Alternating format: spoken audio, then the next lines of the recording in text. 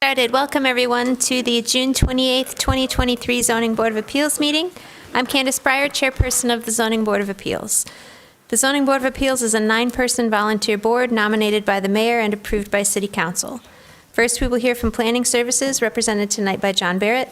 Then the applicant or their representative will make their presentation. Applicants will have 5 minutes in which to make their presentation. Staff will keep time and will announce when 30 seconds are remaining. Public comment is available in person or remotely.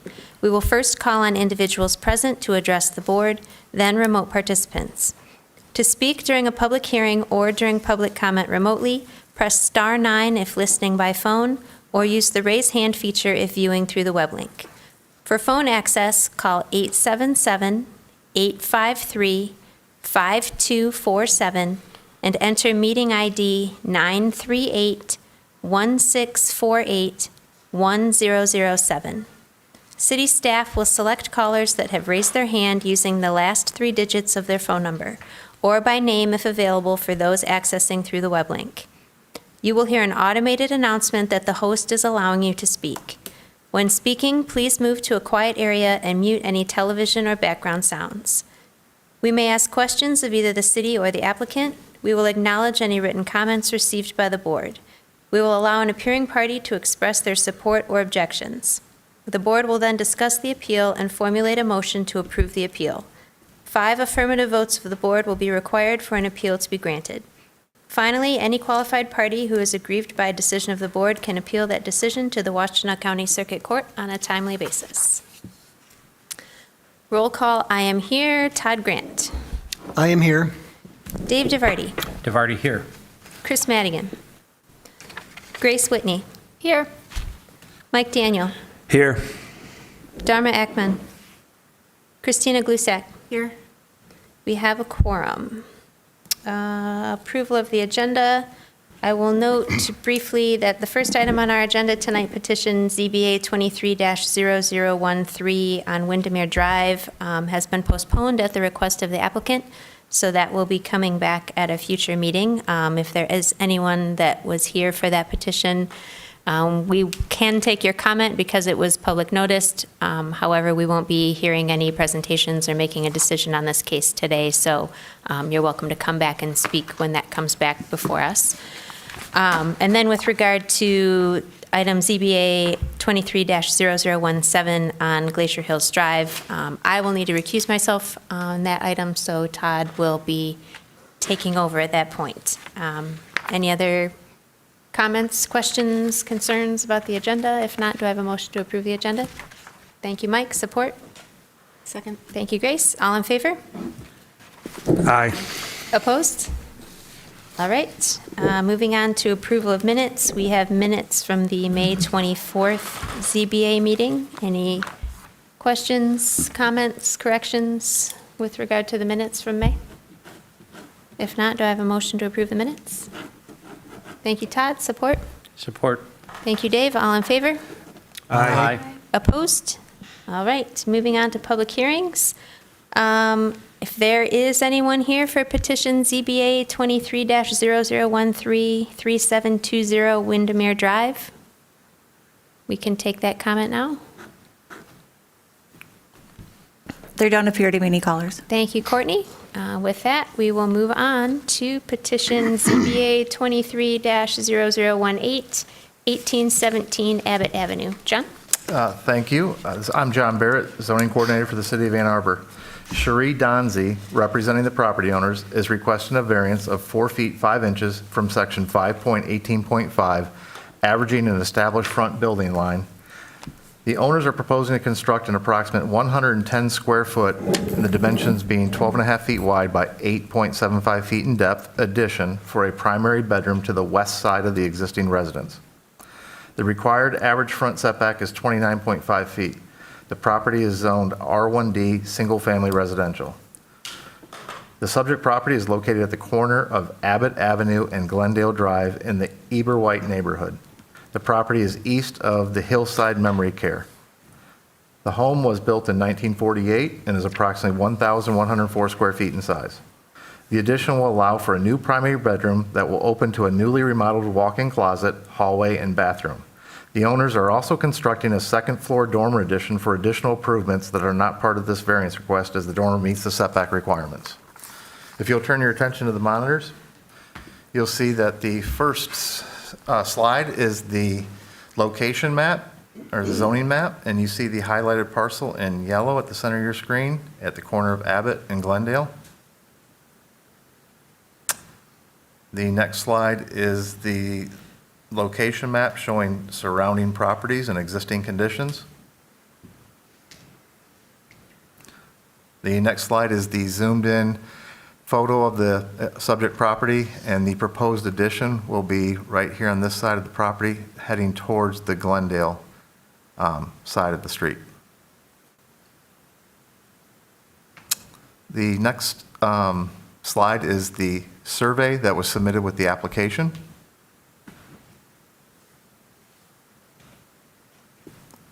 And it's a little difficult to see on your screens, but it's in your packets as well. If you look at the lower right corner, you'll see the site plan, and you see the hatched-in area of the proposed addition on that side of the property, and that's where the 110 square foot bedroom addition is going to be. And you can see the floor plans that were submitted. You see the second floor plan and then the first floor plan in the lower left corner. And you see where it says primary bedroom. I believe that's what it says.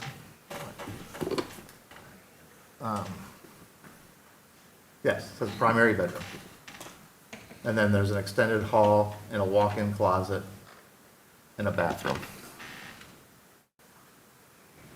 The next slide are the elevation drawings that were submitted with the application, and you can see the addition on your right side, right here where I'm circling, in the addition right there on that elevation side, and then that's looking from the side of it. The next slide shows more of the proposed elevation, which is on the left-hand side on this one. This is the back side of the building, of the structure. The next slides are the photos that were submitted with the application by the applicant. You can see the subject property, and you see the survey stakes, and this is looking down Glendale towards Jackson Road. Looking at the subject property from the corner of the intersection, and looking at where the addition is going to be, where this window is coming out towards Glendale. Just another different perspective of the property. These are the photos that I took at my inspection. This is the front facade of the house, looking at it from Abbott Avenue. And then this is a closed-in look at the subject property where the addition is being proposed on this elevation, this side of the house, going into this garden area. More of the same. This is looking at the detached garage along Abbott. And that's the end of my presentation. I can take any questions that you have at this time. Thanks, John. Questions? Mike? John, what's across the street from the property to the west? It's the Hillside Memory Care Center, just Right. across the street. Yep. And then this addition, proposed addition for the property to the south, looks like they have a porch there, right? Like a covered porch. That's correct. Yes.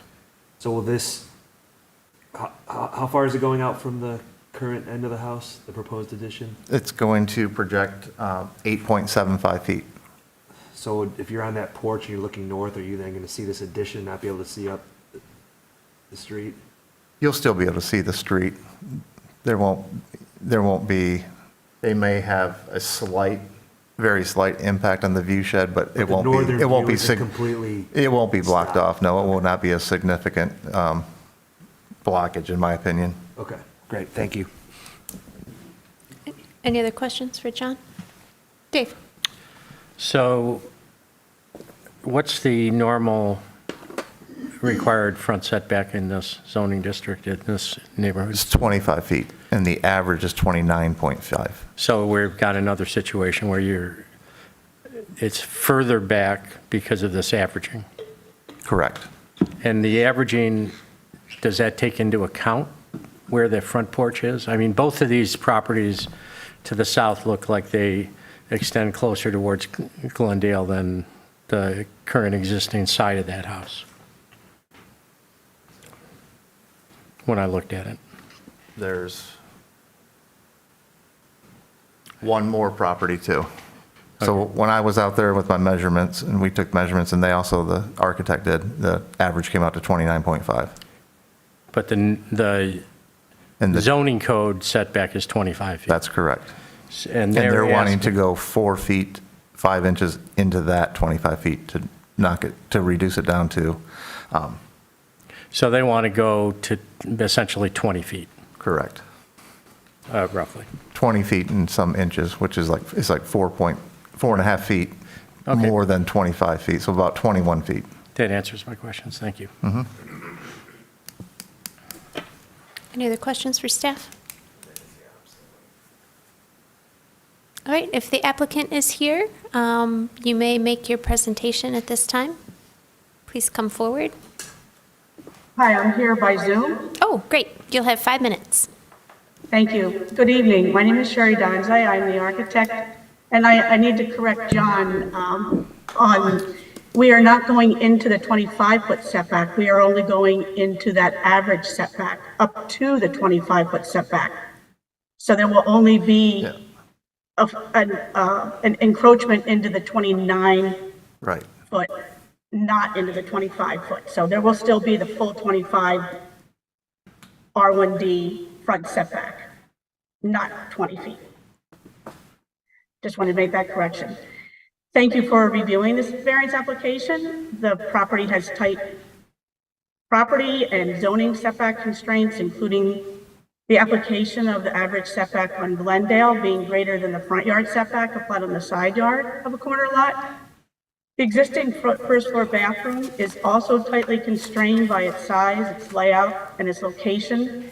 And to the east of that bathroom is an existing stairway. To the north, this is inside, is an existing access to the stairway. And to the south, the lot imposes constraints. It's right up close to the driveway of the next house on Glendale. In order to improve the bathroom, the existing bedroom is proposed to extend west via a small addition. So it's not a new bedroom, it's just an extension of an existing bedroom to allow the extension of the bathroom to be more functional and accessible. The addition would extend only 4 foot 5 inches into the average front setback. The massing, the roof lines, and the simple design reflect the existing home in the neighborhood. And both of the current neighbors the adjacent neighbors on Abbott and on Glendale are in support of the variance, as are other nearby neighbors. So if there's any questions, I'm happy to take them. Thank you. Questions for the applicant? Todd? Yes, Ms. Dons, hopefully I didn't pronounce your last name incorrectly. Donze. What is it, Dons? Donze. Donze. Ms. Donze, I understand from reading, the way I'm interpreting it is that in order to allow a 3-foot entrance into the bathroom, the renovation needs to occur.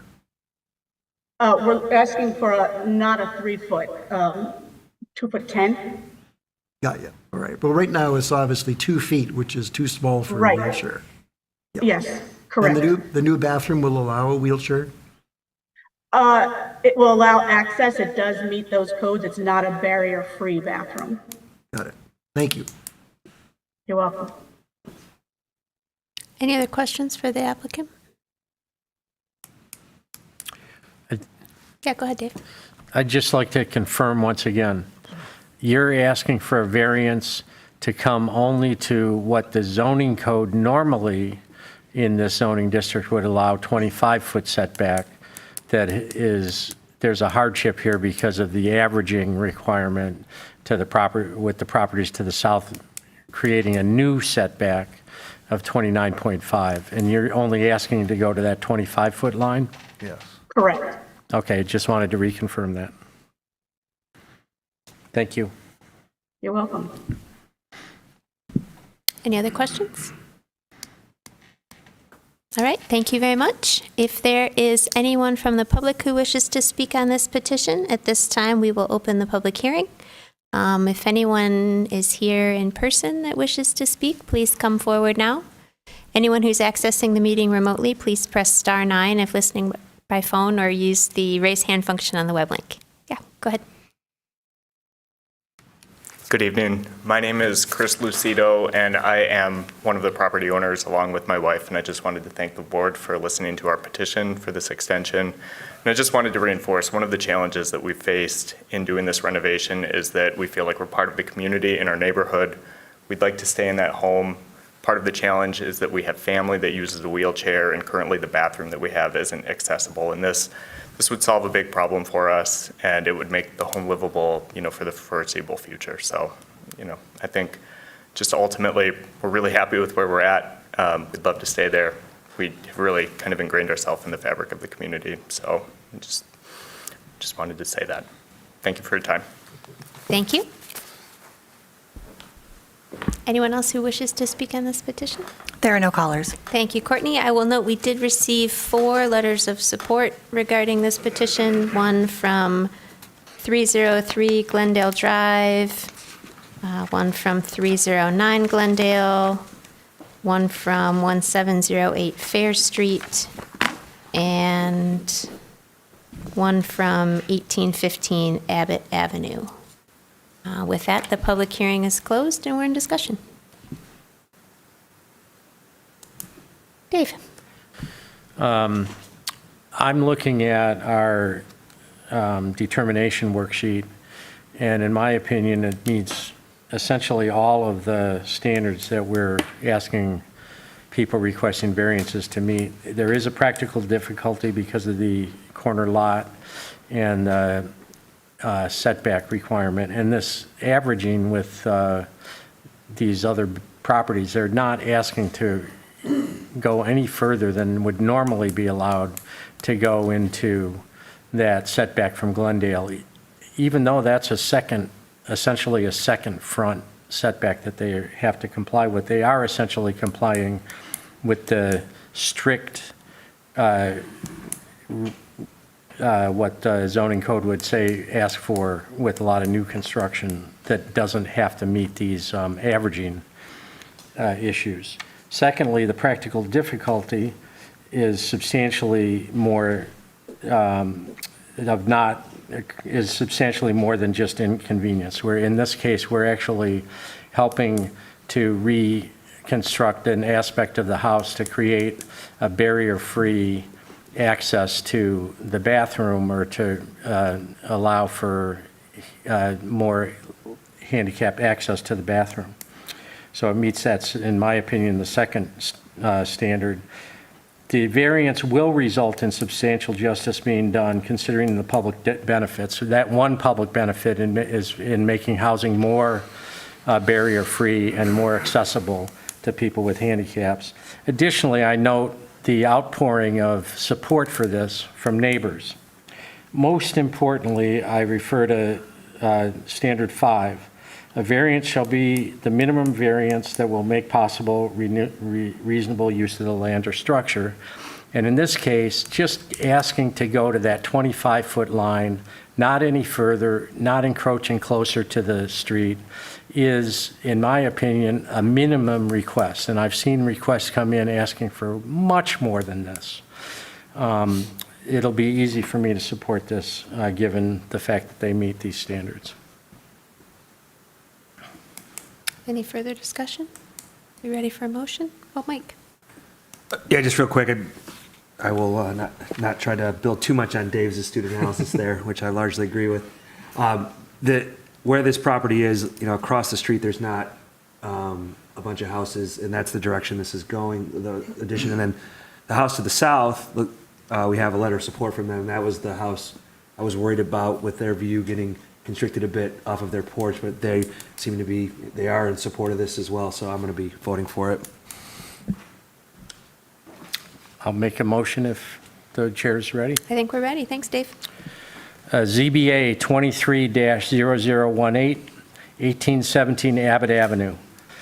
Based on the following findings, and as spoken in the argument, and in accordance with the established standards for approval, the Zoning Board of Appeals hereby grants a 4-foot 5-inch variance from Section 5.18.5, averaging an established front building line, to construct a 110 square foot, 12.5 feet by 8.75 feet addition to the west side of the residence. The required average front setback is 29.5 feet. The variance reduces that setback to 25 feet. The addition is to be built per the submitted plans. Thank you, Dave. Do you have support? Thank you, Grace. Dave? DeVarty, yes. Christina? Yes. Todd? Yes. Grace? Yes.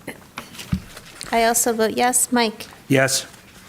The request is granted. Moving on to petition ZBA 23-0017, 4080 Glacier Hills Drive. I'm going to step out, and Todd can take over from here.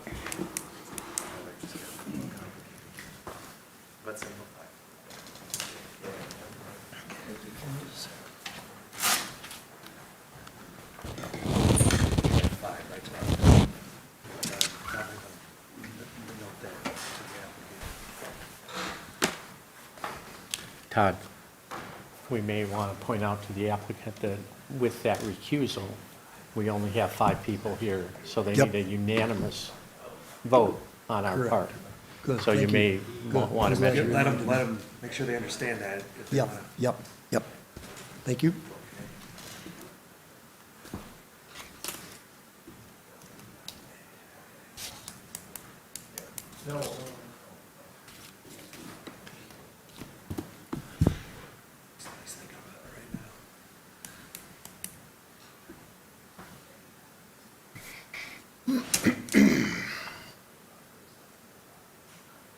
Do you want to roll the dice? Are they feeling lucky?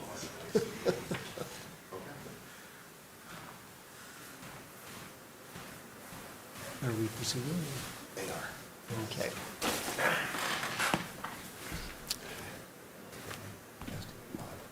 Yep, understood. Yep, I will repeat it. Okay, thank you. All right, so I am Todd Grant, and Vice Chair, and turning to ZBA 23-0017, 4080 Glacier Hills Drive, the Glacier Hills Nursing Home and Complex, and the staff reports.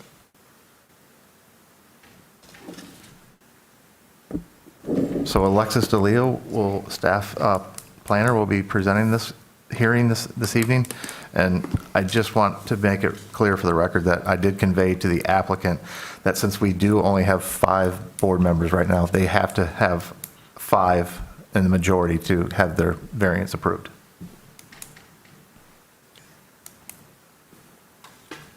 Thank you, John. Good evening, Zoning Board of Appeals. I'm Alexis DeLeo, a city planner. I was coordinating the site plan part of this project. This is, as mentioned, ZBA application 23-0017 for 480 Glacier Hills Drive. This is related to the Glacier Hills Senior Living Community.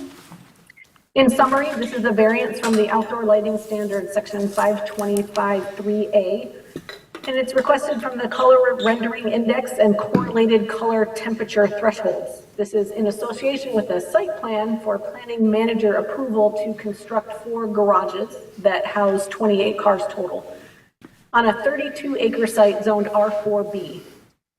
Per section 525-3A, all permanent multifamily lighting installations shall have a minimum color rendering index, or CRI, of 70 and a correlated color temperature, or CCT, of no greater than 3,000 K. Glacier Hills is a senior living community, as mentioned, 32 acres on the east side of Earhart Road, south of 23. It was originally approved and developed in 1972 and has had several additions over the years. The most recent site plan application for them came in late 2022, and that was for garage buildings I believe in in the early 2000s was the most recent site plan for additional dwelling units or care beds. Section 525 outdoor lighting was amended in 2021 with new standards to minimize adverse and unsafe impacts of lighting, protect the natural environment from artificial light at night, promote energy efficiency, and foster a safer environment that supports and/or enhances commerce and lawful nighttime activities. This section provides exterior lighting specifications. It specifies for color spectrum management and luminaire, I can't say it, but I'm going to move on, design and installation. Specifically, Section 525.3 has a Part A, color spectrum management, with the CRI and the CCT standards, and Section B, which has lighting fixture design and installation standards that require, in summary, and address light trespass beyond the property line, causing glare, being fully shielded when lighting the ground or horizontal targets, being partially shielded when lighting above grade or vertical targets, standards when illuminating building facades, standards for decorative and landscape illuminations and timeframes, not activating motion activated systems, not being triggered by off-site movement. There are standards for under canopy lighting as well as wall and pole mounted lighting, and certain dynamically changing lighting is prohibited. The existing fixtures at Glacier Hills vary widely, and they reflect what was most popular or most efficient, state-of-the-art at the time they were installed, but they have been installed between 1972 and present.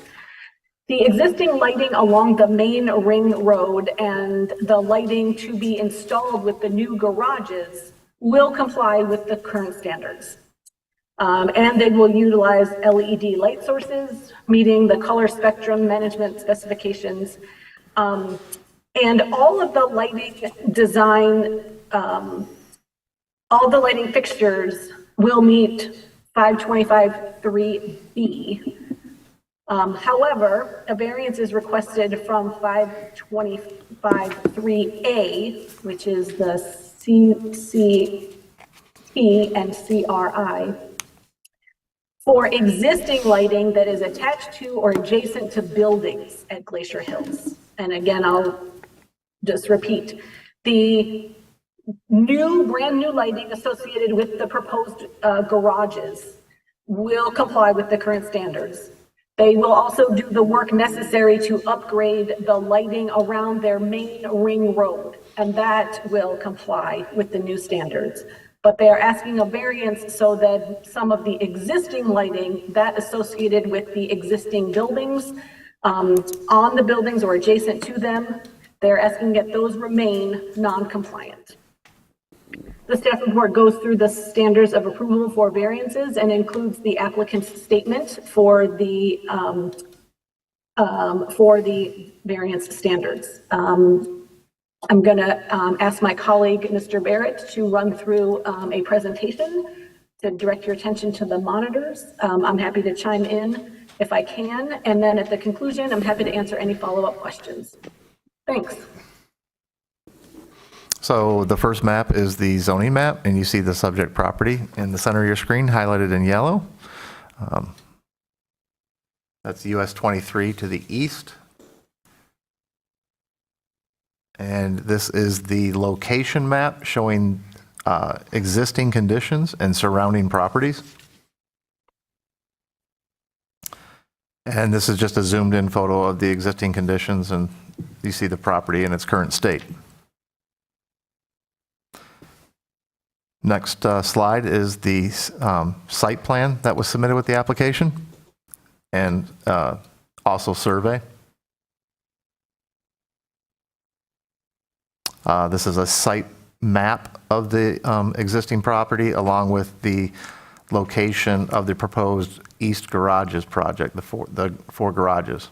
I believe that's correct. And this is the map that shows the lights in green you see them on the outer perimeter of the property, the ring road. And I believe there's 33 of them total, and I'm getting the affirmative in that. So I believe the applicant is choosing to bring those 33 lights up to code along with the lights for the garage project. Just another perspective, a map of the current conditions of the subject property. And these are some of the photos of the property. You see the entrance along Earhart Road, and you see the entrance to the main building of the property. And I believe that's all we have as a staff, and at this time we'll take any questions that you may have. Any questions of staff from the members? Dave? John, thank you. I see, I'm actually pretty familiar with this because my mother-in-law spent the last 3 years of her life here. Are any of the other parking, so they're doing the ring road up to current standards, but they're not making any changes in any of the parking lot lights, is that correct? I could ask the applicant for that if... We can ask the applicant that, but at this time, I've been informed that it's the 33 ring lights, the perimeter lights, that will be brought up to code, along with the lights that are part of the garage project, and nothing else. Okay, thank you. I have a few questions, whether John or Ms. DeLeo, you can answer them. So, regarding the lights that are not part of the perimeter, and looking at the report attached in the package, it appears that some of them, in fact, are conforming because they block upward reflecting light, and they're below or at 3,000 for the correlated color temp. Isn't that correct, ma'am? In other words, to say it more clearly, just because it's not in the perimeter, all the other lights aren't necessarily non-conforming. Some are and some are not, correct? That is correct. Okay.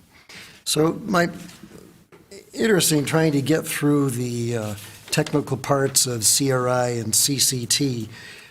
Because this area is, of course, has elderly folks, people who are not very mobile, people who don't see very well, maybe they need cataract surgery, et cetera. The report from the applicant is that some of the lights have a CCT of around 5,000 K. And my question is, if that gets reduced to 3,000 K, is that worse or better for seniors, or doesn't it matter? Are we just saving energy and screwing seniors by lowering the light? The light is 5,000 K better? What's the answer to this? I am not familiar, I am not a lighting expert. I wonder if the applicant can explain better. I will also ask the try my hand at doing a bit of immediate research. Okay. So my understanding, and I think you addressed it, the main reason for the 2001 amendments was to, push Ann Arbor toward dark sky. But you would have to agree with me that Ann Arbor is never, ever going to be dark sky. I mean, you can't see any stars here. When I want to see stars, I go backpacking in the Rockies. And looking out here, I could walk around without a headlamp because there's so much light. So this really isn't going to significantly impact Ann Arbor in terms of being dark sky. You would have to agree with that, yes? Well, I think and I do have a partial answer for your first question. I don't think the intention of dark sky is necessarily so that Ann Arbor is pitch black. I think it has more to do with upward glow, that below the level of the lighting, it is illuminated. But if, say, you were in an airplane above, then it would be dark for birds and other nocturnal things. Yeah. Following up on that, I have two more questions. This is right along US 20. Sorry, I cut you off. I apologize. Go ahead. And I apologize as well. But I have a tidbit for you. A 3000 K LED bulb produces soft white or warm white or yellowish color light. A 5000 K LED bulb produces a bright daylight kind of color. So I don't think that the K impacts the level of illumination, say foot candles, but K impacts the warmth of the color. Yeah, what little research I did, I understand the 5,000 K is closer to daylight, which is about 6,500 K. And the 3,000 is farther away from that. So, but Glacier Hills is close to US 23, so there's obviously a lot of upward light. And I go by there not infrequently on my recumbent bicycles, and I notice there's a large McMansion development just down the road that's going to add more light in that part of the city, right? Well, I will take your word on it on nearby development. I will tell you that these lighting standards apply to all lighting in the city, so they should also apply to any new construction or any time that a lighting fixture is retrofitted, Okay. or even for single-family homes. Okay.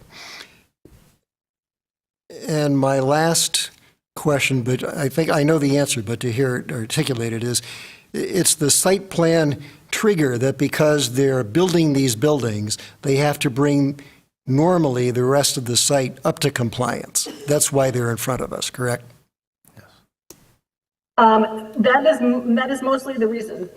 The lighting ordinance applied immediately to all light fixtures in the city. It applied immediately to all light fixtures. Now, we do not have the staff or the enforcement mechanism to start going around knocking on every single address in the city, letting people know they need to update their lighting. But when a site plan comes before us, or a building permit or anything of that sort, when a site plan comes before us, we cannot approve it knowing that it's out of compliance. I don't know what the plans are to get full compliance citywide on every single parcel, but I can tell you when site plans are submitted, they cannot be approved unless they are in full compliance with the code or have a variance from the code. Thank you for your thorough answers. Thank you. I have no more questions. Does anybody else? All right. The applicant. And of course, identify your name.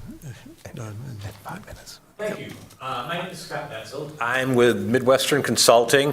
We were the civil engineers that put together the site plans. We put together just about every site plan for amendment at Glacier Hills over the years. As Alexis noted, the reason for the site plan is that they would like to build 4 detached garages to offer indoor garage space for some of their residents. Currently, they offer carports, but I don't think I have to go into the virtues of a completely enclosed garage space. I think everybody in Michigan understands that. I did not notice that you guys got the packet showing the location of the lights. Is everybody comfortable knowing where the lights are going to be replaced? Okay, I'm sure you guys remember, we were here like 2 months ago. At that time, I heard people say that, yes, I understand you can't meet the requirements in the UDC for providing a photometric plan, but you haven't attempted to compromise at all. What we're asking for is a variance to provide a photometric plan. I want to be very clear. We're not saying that our lights are out of compliance out there. They just can't be measured in today's metrics because they were old incandescent bulbs. And the metrics at the time, they were all approved at one time or another as they went through the Planning Commission. We just can't convert incandescent lights to these metrics that are measured today. The technology just doesn't exist. So as a compromise,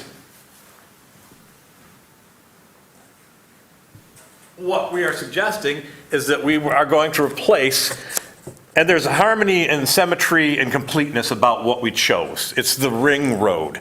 It's not the parking lots, but you don't want to go, we've all experimented with LED bulbs, and we've all put them in some place and went like, nope, that doesn't work there. And so if we make these all consistent and replace them with current compliant measurable fixtures, it'll flow nicely. It'll look good. And so that's what we decided to do. And once again, we're not saying that these are out of compliance right now, but we're just offering that up as some sort of a compromise here, because we can't show complete compliance everywhere. And for the most part, what we decided to do is we kept the seniors' parking lots what they are, because nobody's complaining about them being too dark. And as far as I know, this is the second time this has been up for a public hearing, and you haven't gotten any letters from anybody complaining about the site, off-site, that it produces too much light. And I assume everybody within 1,000 feet or 500 feet was notified of this petition. So apparently there's no neighborhood opposition or uprising about this is too bright. So the facility is happy with what they have right now. They're confident that the lights they put in are not where they have a high intensity of use in the parking lot. It's mostly commuting around there. And so they were happy to oblige in that manner. As John said, we're replacing 33 fixtures. And we chose the most prevalent ones that probably produce combined the most light that people see, anybody driving by would see. A lot of the parking lots are interior to this, some are hidden by buildings, others are up against the expressway. So we thought this was a good faith gesture to try to meet the intent of the ordinance for something that we just technically can't achieve at this point. So I'm more than happy to answer any questions. Any questions? Dave? You said all these green lights around here, you're not just replacing the lights, but the fixtures? No, they have replaceable bulbs in them, and we're replacing them with a currently compliant one. And then... And once again, not saying that the old ones are not compliant, but one that can be verified. Okay. Now, I know at my home I have fewer and fewer, but still a handful of incandescent bulbs. Mm-hmm. And as they don't last forever. Nope. So, and then I replace them with LEDs. I try to with LEDs if I can find something. Some of them are, I had an architect that did designed a remodel and put some lights that you just can't easily find LED bulbs to go in those particular fixtures. But as these bulbs age and need to be replaced, is there any sort of plan that the facility has in place to phase in compliant lighting? Just asking if there's a policy that might be able to be in place that we could be assured that compliance will come in the near future. For fixtures other than the ones we have shown? Correct, for fixtures throughout the facility. I haven't had that discussion, but given the fact that you can only buy LED ones, I'm sure that they would agree to be compliant in the future.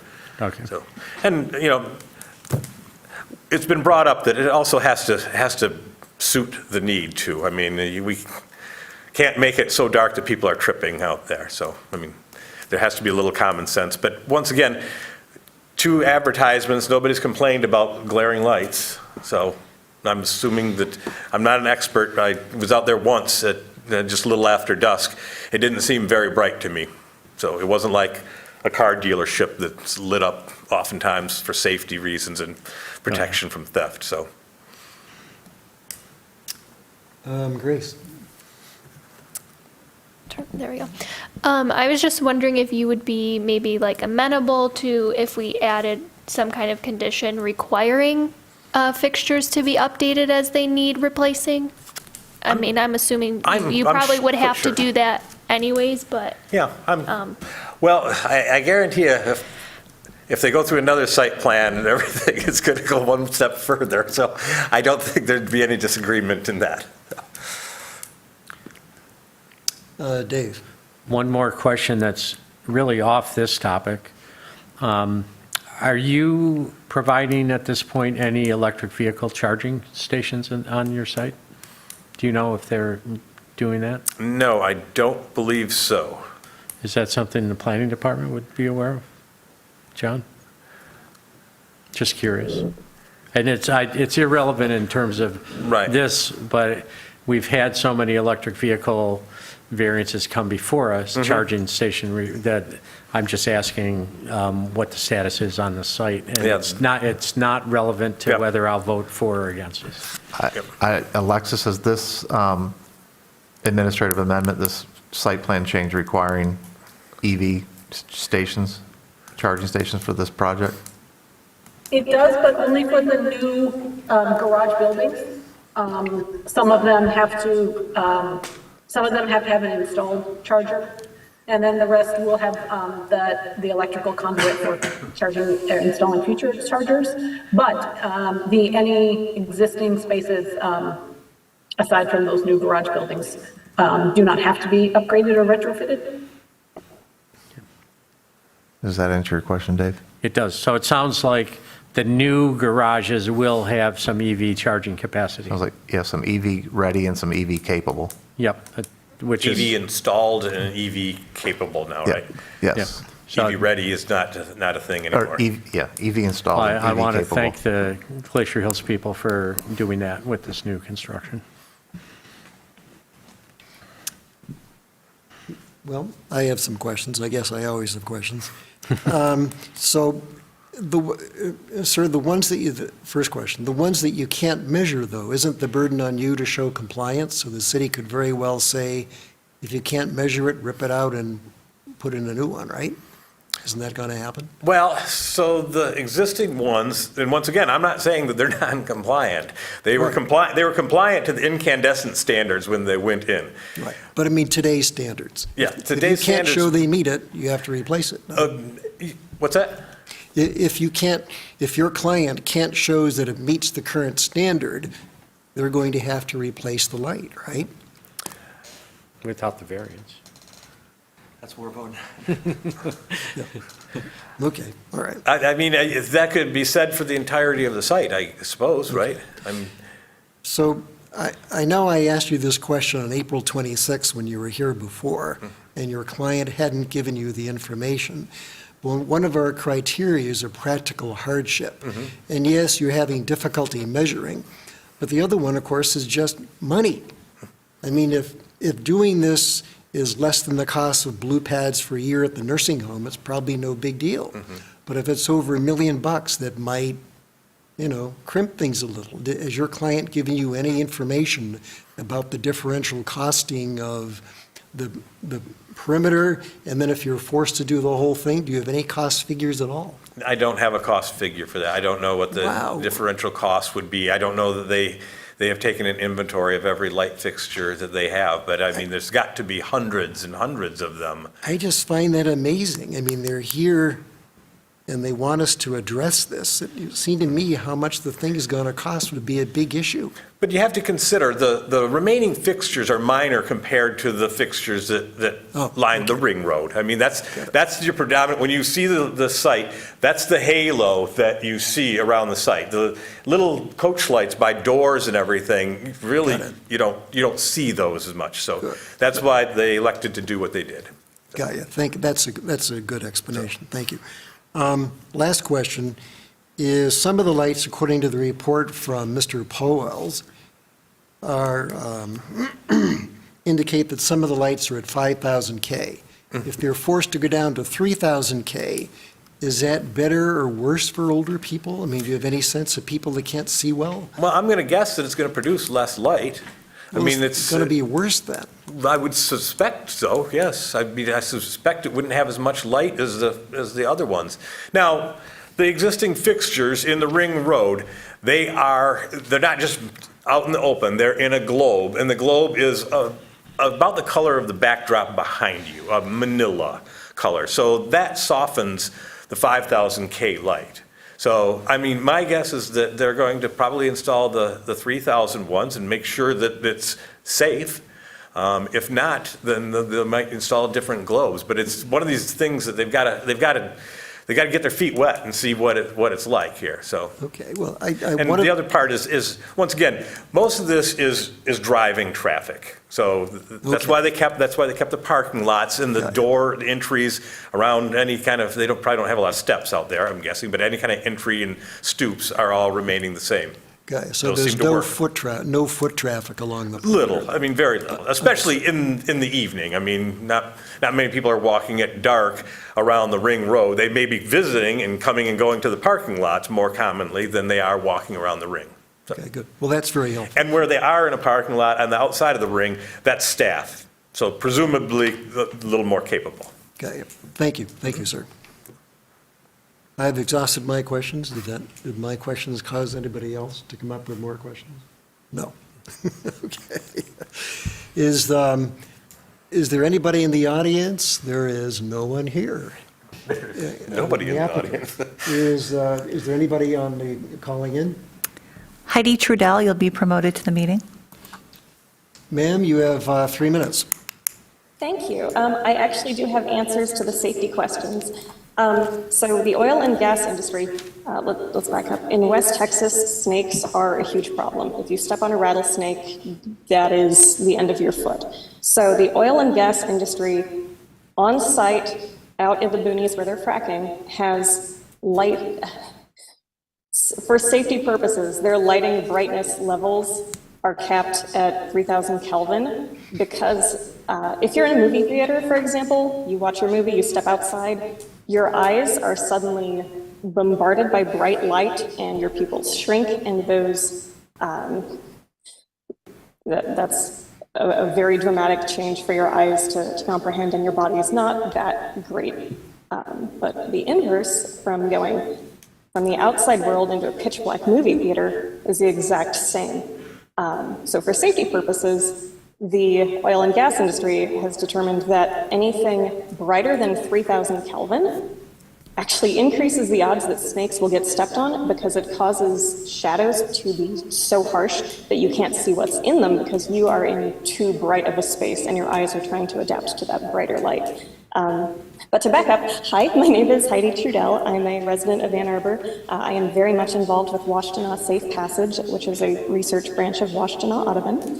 I am also heavily involved with Detroit Audubon / Detroit Safe Passage, the Bird Center of Michigan, and I am on the Conservation Committee for the Black Swamp Bird Observatory. So yes, all of this is devoted to bird conservation, but my other love is moths. So yeah, bright light and cold color temps are extremely bad for wildlife year-round. Bats as well. They're my, I guess, third love. So their being in dire straits is cause to adjust this. But the more I dig into the human health aspects, it's pretty alarming that the LED shift is so much emphasized in terms of brightness and not actually looking at what color temperature does in good ways. So like photography darkrooms, amber light is there for a reason. It lets us see things without being in too much danger. So yeah, that's my 2 cents.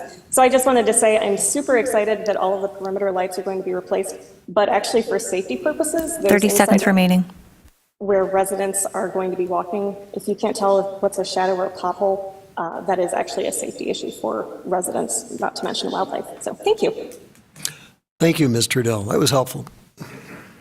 Any other callers, Courtney?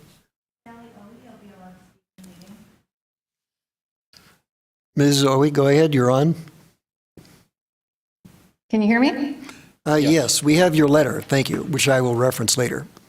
Thank you. Yeah, my name is Sally Uwe. I'm a resident of Ann Arbor Ward 5. I'm the coordinator of Michigan Dark Skies, and we're a community group advocating for reducing light pollution. We have about 300 members in southeast Michigan. And light pollution poses an existential threat to nocturnal ecosystem. It's increasing exponentially at a staggering rate of 10% per year, and it also causes serious health problems due to sleep disruption, and this is especially relevant to the color temperature. Safety problems due to glare and destroying night vision, as Heidi Trudell mentioned, and it counteracts sustainability efforts. The Ann Arbor Lighting Ordinance was developed in collaboration with the Planning Commission to address exactly these problems. This issue with the Glacier Hills development was brought to our attention this afternoon by a concerned neighbor on Earhart Road. So that is someone in the immediate vicinity. And the chairs of the Environmental Commission and Energy Commission are unable to attend on such short notice, but would like me to convey their concern as well. I'd like to draw attention to some factually incorrect information in your packet that I understand you just alluded to my email. The staff report states that CRI and CCT are specifications unique to LED lighting. and that the technology does not exist to determine compliance. This is absolutely incorrect. The CCT, the color temperature, can be easily approximated by comparing the color of the emitted light with a known source of the right color temperature. It's just looking at the color, basically. You want the color to be yellow, amber, orange, red, so it's easy to just visually even comply with. The CRI is a bit trickier. You could consider a variance on the CRI, but not on the CCT, I would recommend. And a lighting professional could just give you a certification of reasonable compliance on these, both of these. There's a statement under the standards of approval in section B that a failure to grant the variance would result in inability to provide safety. Heidi Trudell had just discussed the safety aspect. I can say more about that in answer to your question. Basically, literature of studies has failed to find any significant link between lighting and crime, and bluer colors also can cause more safety issues and health problems. And this is an issue also for the senior citizens, where light can scatter inside their eyes. And that's worse for blue light than red light. On the lighting evaluation by the professional engineer, 5D states that the ordinance specs for upward partial shielding do not apply, and yet in the next item it's mentioned 30 that there seconds are remaining. accent lights, and so these are almost always pointed upwards, so if they do, then they need to be partially shielded as per the ordinance as well. So the intention of the ordinance in particular is to bring large private developments into compliance with dark sky practices as soon as possible. And so this can be, you can make an analogy with, for example, sustainability and so forth. It's not a matter of making Ann Arbor sky black, but just of being in compliance with good dark sky practice. Thank you. Thank you, ma'am. Any questions for Ms. Oy? Oh, no? With that, the public hearing is closed and we're in discussion among the members.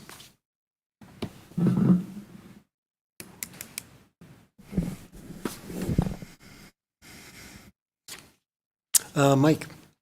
Yeah, so this is, this is a tough one for me, and I appreciate the caller's perspective. I appreciate the petitioner's perspective. On its face, this is improving things, like replacing all these lights that are getting replaced, but we have an ordinance our council passed. They could have passed it in a way that for these large developments, grandfathered in things that weren't being updated or changed, and they could have done it in any number of ways, and they chose to do it the way they did. And so that's where I have tension here. If I look at our criteria, there's nothing really unique on this other than it has a lot of lights, so it's going to be expensive. So that isn't to me, I don't know if it's persuading me. So maybe one of my fellow commissioners will have a stronger argument the other way, but I am on the not approved side of this right now, but would love to hear other perspectives if someone's feeling passionate the other way.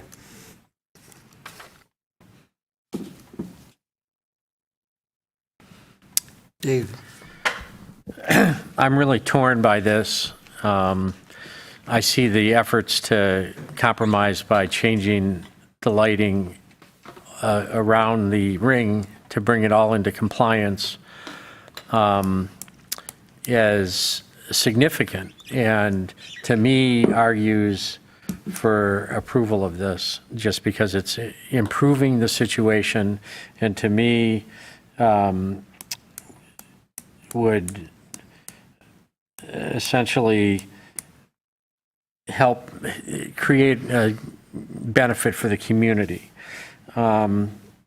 A sense of justice being done in terms of gaining darker skies. But I'm torn by this, and the city council places us in a tough position. When people come in, they want to put in 3 or 4 garages on one end of this large development, and they have to bring everything into compliance. I'm torn, and I'm inclined to vote yes for this because I see a benefit to the community in allowing these garages, which will have EV chargers, which is irrelevant, but meets another standard that the city council has put in place, and we have grappled with, because initially they wanted entire site plans to be compliant with that, and they've backed off a little bit on that. Well, maybe that same sort of judicious in sense of requirement should be thought more favorably by the city council, by the policymakers. I think I'm going to vote for this just because it is an improved situation. I recognize that one vote against this because we have a recusal and a couple absences and a vacancy.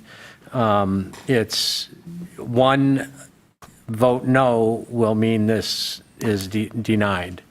But I see on the part of the applicant the willingness to come forward with some improvements that are beneficial to the community. I will vote for this. Grace? I kind of have a question for John, maybe. I think this is for you. Sure. So if we granted an approval, could we have some kind of condition requiring like that letter of reasonable compliance from an engineer? Just from the standpoint of that, if these are not something that can be measured and we're giving a variance because they're not able to measure it, could we require them to get some kind of reasonable compliance or? So what you're asking for is to place a condition on the motion that requires them to get a, I'm not sure. Is it? You're saying you're saying in response to the letter that you received they have a certain time frame to bring the whole site into compliance in a couple of years or that so am I understanding correctly that the variance is because, not necessarily because it's not in compliance, but because it's something that's difficult or not possible to be measured? So from what I'm gathering is that, from what the applicant is telling you, is that it's difficult to measure this because it's such a large inventory. Yeah. It's nearly impossible to And it's get an inventory. outdated from the The current site standard. plan that they're proposing requires the whole site to come into compliance. They're requesting not to have to meet that standard because it's such a large inventory at this time. Okay. Some of the lights on the interior they're saying are, I don't want to say, I'm not sure if I want to say negligible, but they're just not as causing as much glare, as much Yeah. luminaire as these ring lights. And this is kind of their olive branch to say we're gonna bring the lights that are the biggest offenders into compliance. And so, I mean, if you want to condition the motion, you can also condition the motion as well. I don't know if that's something other people are maybe favorable to or. We would have to vote first on whether to condition the motion. Well, we haven't made a motion yet, Yeah, correct. so we could build it into a motion. Just remember though, so anytime, if there's going to be an improvement on the site, say in 3, 4, 5 years, whatever it may be, when an electrician comes to the city to apply for an electrical permit, they'll have to bring these lights that they're going to change out Right. up to current code anyway. So eventually, they should get changed out and to meet the current code. It just depends on how long. This development's been there for 20 plus years, and Longer. some of the fixtures may be outdated, and then when they do replace them, they're supposed to come into compliance with the current electrical permit that meets today's code, of outdoors lighting code of 5.25. Mike? The point I heard earlier about like the city, like this was passed, city doesn't have the ability to enforce it. So the time to actually enforce it is when people are coming to build something new or update something. Like that, again, for me, I don't personally feel super passionate about the ordinance, but that's not my job. Like, it got passed. And if there's an issue with the ordinance, other than it's expensive to implement, that's not enough for me to go against the criteria that we have. So, yeah, I'm still on the no side of this. So, yes, Christina. So I'm in support of the application. I was in support of this 2 months ago as well for variation of the project that was put towards us, that was presented to us. They are a huge benefit to the community since 1972. I mean, it came into that community. It was, I understand that it was a hard sell at that time because it was so residential, but over the decades, it is very impressive how they have worked the 32-acre site to provide such a wide variety of care for senior citizens. And I appreciate what the applicant is presenting to us today. I think it is a very nice gesture to provide a clear delineation of new lighting around the really complete perimeter of the site. And then there's a good distinction with then the secondary tier of lighting and why that's not part of this application. So I feel like that's very logical for me. And again, the benefit to the community I think is enormous. And so I'm in strong support of this variance. So, I like you, Christina, I also too voted favorably for this on April 26th. There's a little, I'm not running, I'm a little bit on the fence, and it's not anything to do with you, sir, but your applicant failed to give you any cost figures. That just blows me away. I mean, you know from your professional life that people bid on public projects all the time without schematics, without having full cost figures. The board of this place had to have looked at some cost figure to decide whether this was a reasonable expense of money. In realizing going through the site planning process, they're looking at different outcomes. It would have been really nice had they shared that with you and they've handicapped your presentation tonight. But that said, I think I'm going to vote for it. I note in the memo that you received from Mr. Powles a number of positive things, which any normally incentivized organization would do. Lights are turned off at midnight. There are shields so they don't shine up into the sky, but so that the light shines down onto the areas to be illuminated. And you said that the areas that aren't part of the perimeter are smaller lights, that the big lights are being changed. And that's going to have an effect on, less upward illumination and probably reduce electrical use, all these good things. And your applicant has tried to accommodate the rejection from April with a different presentation.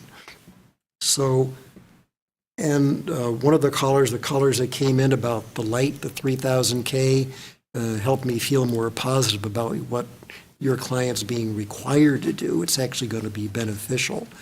So I think it would be an easier yes for me if your applicant had just got its act together about the cost, and they failed to do that. It blows my mind. But I think I'm still going to vote yes on this. Going back to the EV requirements, we had the case of a church, which was going to have to put in a lot of EVs. And the analogy I used was some places are great for electrical vehicle charging, like apartment complexes.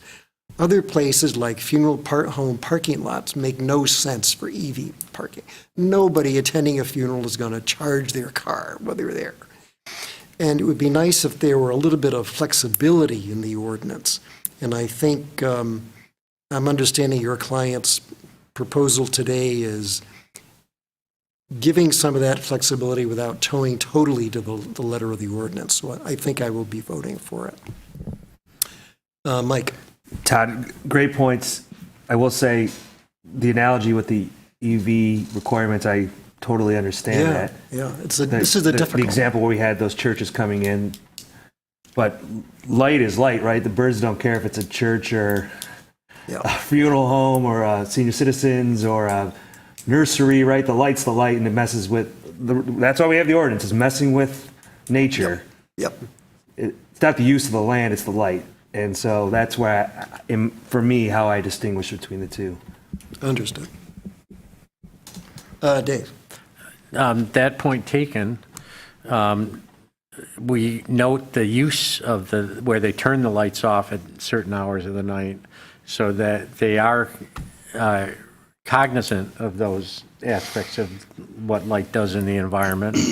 And the fact is, they're improving the situation by replacing all the lights in the ring, which are the biggest lights, is a significant improvement. So we're actually, by approving this variance and allowing the proposal to go forward, we're not only getting enclosed garages, which are going to be beneficial to the senior citizens that are residents of this facility, but we are improving the impact that it has on the surrounding environment by replacing all the ring lights.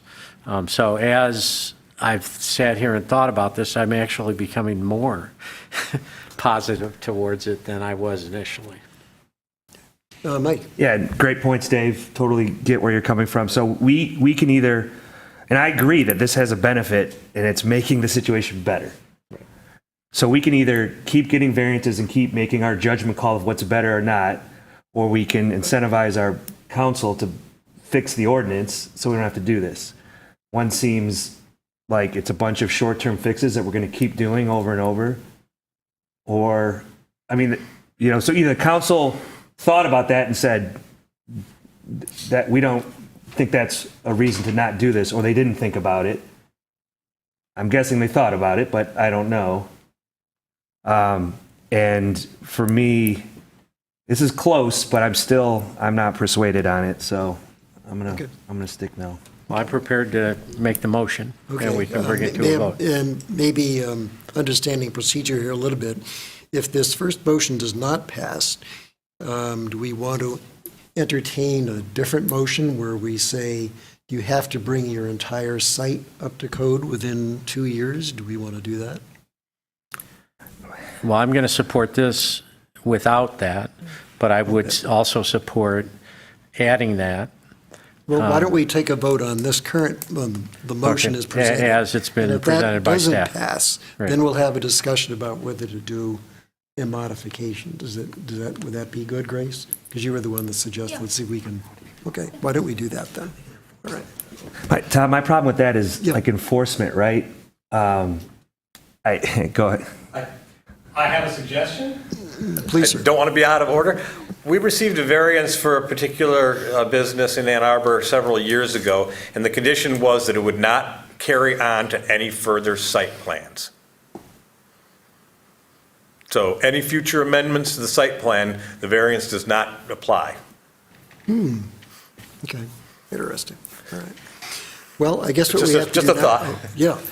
We're going to go ahead and read Dave, you want to read the motion? Sure.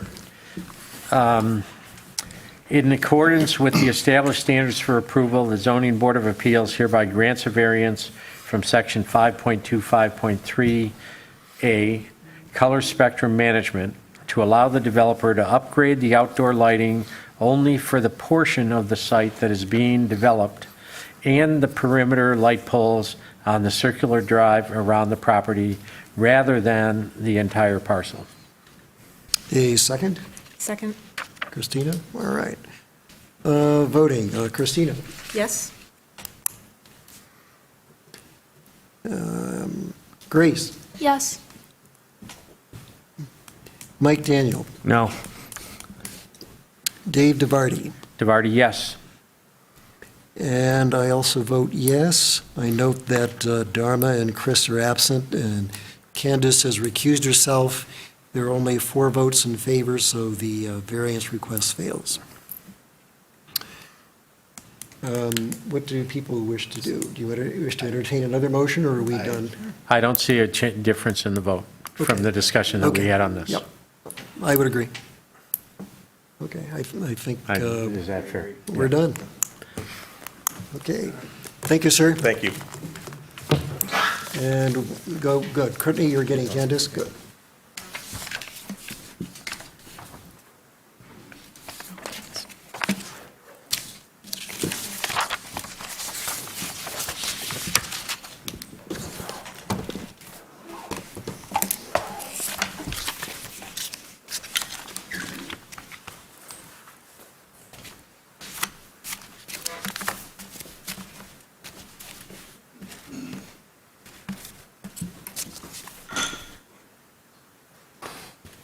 All right, moving on to unfinished business. We have none. New business, we have none. Communications, I think we've addressed all the communications we received as part of each individual petition. Public comment. If anyone from the public wishes to speak on anything, now's the time. No one's here in person, but if anyone's accessing remotely and wishes to address the board, please press star 9 now or use the raise hand feature. There are no callers. Thank you, Courtney. Quickly, I just want to say a big thank you to John and Courtney. The training that we had a couple weeks ago, I thought was very well prepared, very well done. I don't know how my fellow board members feel, but I thought you guys did a great job. So kudos to you, and thanks for putting it all together. Thank you very much. Yeah, it was really good. Really well done. Thanks. Will there be a PowerPoint available? If you, Same as- I can send that PowerPoint that Yeah. was presented to all of you if you'd like. Yeah. Yeah, Sure. that would be good. Yeah, Okay. thanks. You'll get that first thing tomorrow morning. Okay, thank you. All right. If there's no other comment, do I have a motion to adjourn? I'll make that motion. Thank you, Grace. Support from Todd. All in favor? Aye. Opposed? We're adjourned. Thanks, everybody. Thank you.